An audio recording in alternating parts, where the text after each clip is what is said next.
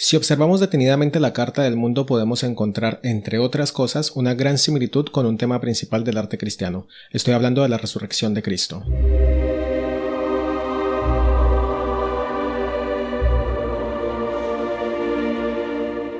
En el arte cristiano, las múltiples representaciones de Jesús resucitado y ascendido nos recuerdan a la figura representada en la carta del mundo.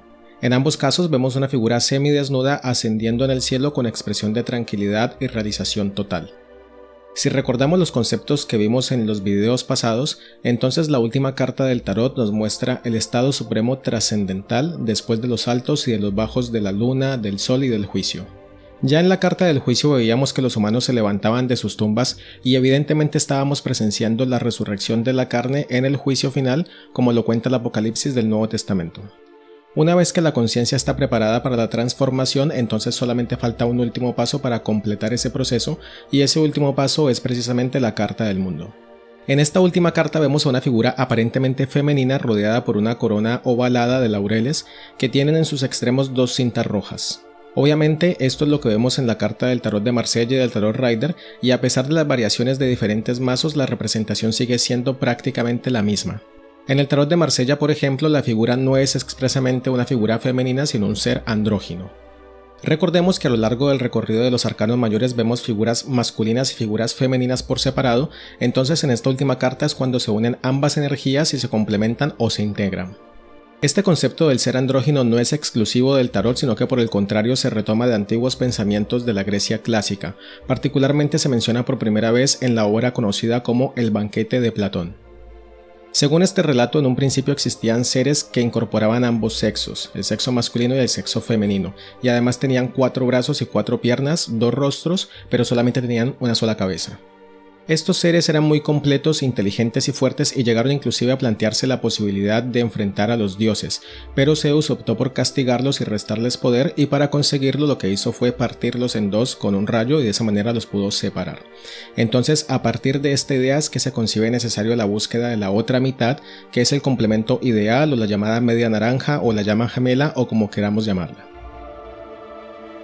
En cuestiones amorosas y la vida cotidiana esto se puede entender como la búsqueda de esa media naranja, pero yendo un poco más profundo esto se puede comprender como el complemento psicológico necesario que permite recuperar esa plenitud perdida, es decir, el reencuentro con esa totalidad o el reencuentro con uno mismo como un ser íntegro. Entonces la carta del mundo es precisamente un encuentro con esa otra parte que nos fue arrebatada y que nos complementa amorosamente o espiritualmente o restablece nuestra esencia. Otro concepto importante a tener en cuenta con respecto a la carta del mundo y el tarot en general viene de la alquimia medieval y se trata del concepto de la quinta esencia.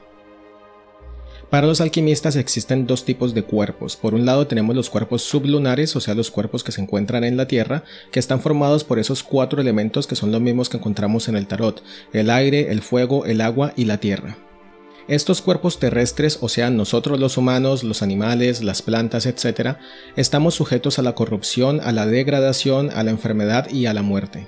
Pero los cuerpos del segundo tipo son cuerpos celestes que están constituidos por un quinto elemento al que se denomina éter o quinta esencia, y que a diferencia de los elementos terrenales, esta quinta esencia es eterna e incorruptible.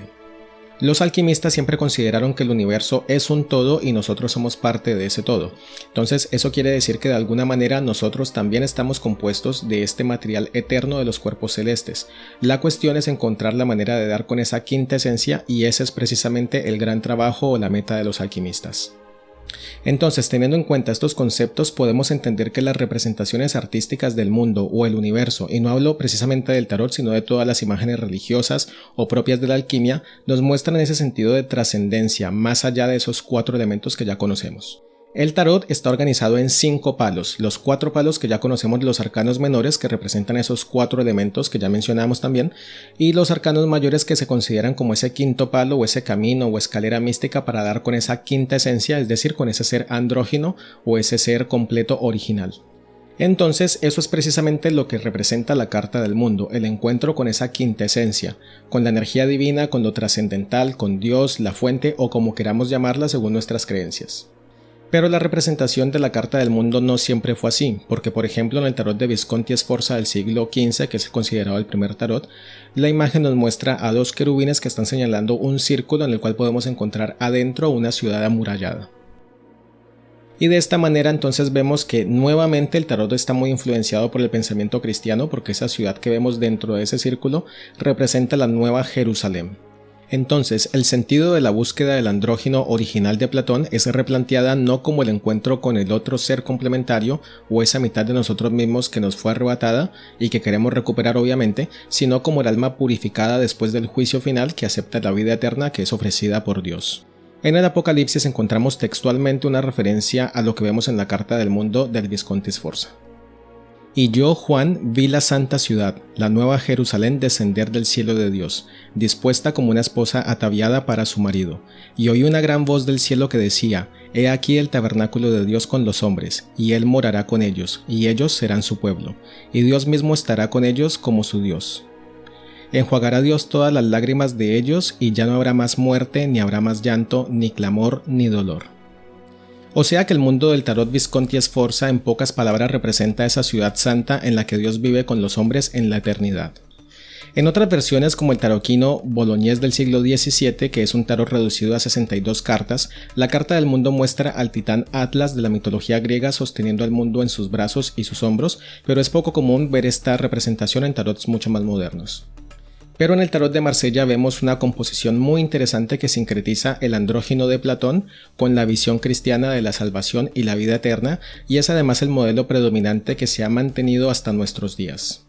Lo que vemos generalmente en la carta del mundo de prácticamente todos los tarots es una figura humana en el centro de una forma ovalada que se llama mandorla, que es una especie de marco que se solía utilizar para la representación de personajes sagrados en la Edad Media y también obviamente pues en el arte posterior. El ejemplo más claro y más repetido de esta mandorla en el arte es justamente la representación de Jesús resucitado. Estas imágenes o esculturas de Jesús generalmente están acompañadas por 4 figuras en las esquinas, y a este tipo de composición artística se le conoce como tetramorfos, o sea que está compuesto por 4 formas. Si buscamos imágenes de Jesús resucitado en el arte religioso medieval, vamos a encontrar muchísimas imágenes de este tipo. Jesús en la mandorla acompañado por 4 animales en las esquinas. Estos 4 animales también son mencionados en el libro del Apocalipsis y se han asociado con los 4 evangelistas. Lucas sería el ángel, Marcos el león, Mateo el toro y Juan el águila. Ahora les voy a leer un pedacito del Apocalipsis que nos habla justamente de esta visión del trono de Dios y que hace referencia a esta carta. Delante del trono había como un mar transparente semejante al cristal, y en medio del trono y alrededor del trono 4 seres vivientes llenos de ojos por delante y por detrás. El primer ser viviente era semejante a un león, el segundo ser era semejante a un becerro, el tercero tenía un rostro como el de un hombre, y el cuarto era semejante a un águila volando. Y los 4 seres vivientes, cada uno de ellos tenía 6 alas, estaban llenos de ojos alrededor y por dentro, y día y noche no cesaban de decir: Santo, Santo, Santo, es el Señor Dios, el Todopoderoso, el que era, el que es y el que ha de venir. A partir del tarot de Marsella y en versiones posteriores encontramos estos 4 seres alados en las esquinas de la carta, que también se asocian con los 4 signos fijos del zodiaco, que son Acuario sería entonces el ángel, el toro sería Tauro, el león obviamente sería Leo y el ave va a representar a Escorpio. Entonces uno se pregunta acá, bueno, ¿cómo es eso de Escorpio el ave? Pues resulta que la figura de Escorpio representa la destrucción y el renacimiento. Entonces este ave, que en realidad no es cualquier ave, sino que es un ave fénix, representa justamente estos conceptos de transformación y de resurrección. Las 12 constelaciones del zodiaco representan la trayectoria aparente del Sol alrededor del cielo, entonces estos 4 signos fijos son los 4 puntos del universo que estamos encuadrando en la mandorla central.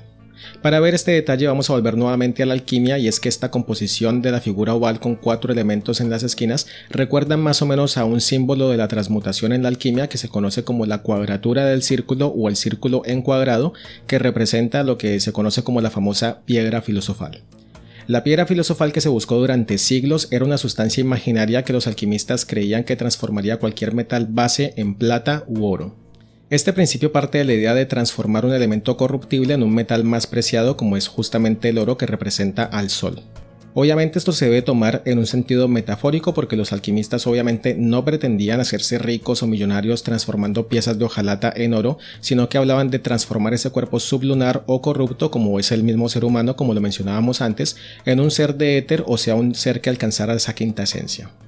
En el tarot de Crowley la composición es mucho más evidente porque ahí en ese mazo sí vemos una figura central totalmente circular y vemos a estos 4 seres en las esquinas que hacen esa cuadratura que marcan ese círculo, entonces sería la cuadratura de ese círculo del que hablaban los alquimistas. O sea que en resumen la carta del mundo representa la transmutación para los alquimistas y la vida eterna para los cristianos. En la carta del mundo entonces podemos ver un trasfondo filosófico ligado a la visión cristiana, la visión alquímica y el pensamiento clásico de Platón. Ahora entonces, aterrizando la carta un poco en contextos específicos y cotidianos, podemos ver que esa mandorla está hecha de hojas de laureles, como ya vimos en el 6 de bastos, que esa corona de laureles obviamente representa la victoria y el éxito. En esta mandorla también vamos a encontrar unas cintas rojas o amarillas o verdes según sea la versión del mazo, que están atando las puntas de esa mandorla y haciendo a su vez un símbolo de infinito que también ya hemos visto en otras cartas como el mago o la fuerza. Entonces, uniendo estos dos conceptos de la mandorla de laureles y ese símbolo de infinito, estamos hablando de una coronación infinita, una victoria infinita, lo que también tiene mucho sentido para la representación de Cristo resucitado, la nueva Jerusalén, la vida eterna o esa piedra filosofal, o sea, representan un triunfo después de un largo camino. Como ya lo había mencionado antes, la desnudez en el tarot simboliza el abandono de los atributos materiales para mantener solamente la naturaleza esencial. Entonces este concepto lo vemos en varias cartas como la estrella, el juicio, el sol, y lo vemos también obviamente en el mundo dependiendo pues precisamente del mazo que nosotros tengamos a la mano, ¿no? Porque no siempre está representado exactamente igual. Entonces, en síntesis, el mundo simboliza alcanzar la vida eterna o la esencia divina, aunque suene un poco religioso o filosófico, pero en términos prácticos estamos hablando de una perfección que puede tratarse del principal propósito de una persona o una meta importante para una persona. El mundo se trata de una realización individual, un encuentro con la esencia, sea Dios, el universo, una reconexión con uno mismo o un despertar del verdadero ser inmortal que reside dentro de cada uno de nosotros. La interpretación que le puedes dar a la carta la puedes encontrar pensando en todo lo que te mencioné en este video, y recuerda que es importante ver lo que nos está transmitiendo la imagen de la carta y no solamente memorizar palabras o memorizar frases, porque de esta manera entonces simplemente estamos usando la memoria y no estamos usando la intuición ni tampoco estamos analizando lo que está pasando en la imagen. Si te gusta este video, dale un like y deja tu comentario en la casilla de abajo. Y si te gusta el contenido de este canal, suscríbete en la parte de aquí abajo y dale click a la campanita para que no te pierdas ninguno de los videos que voy subiendo. Nos vemos en el siguiente video. Hasta la próxima. Chao, chao.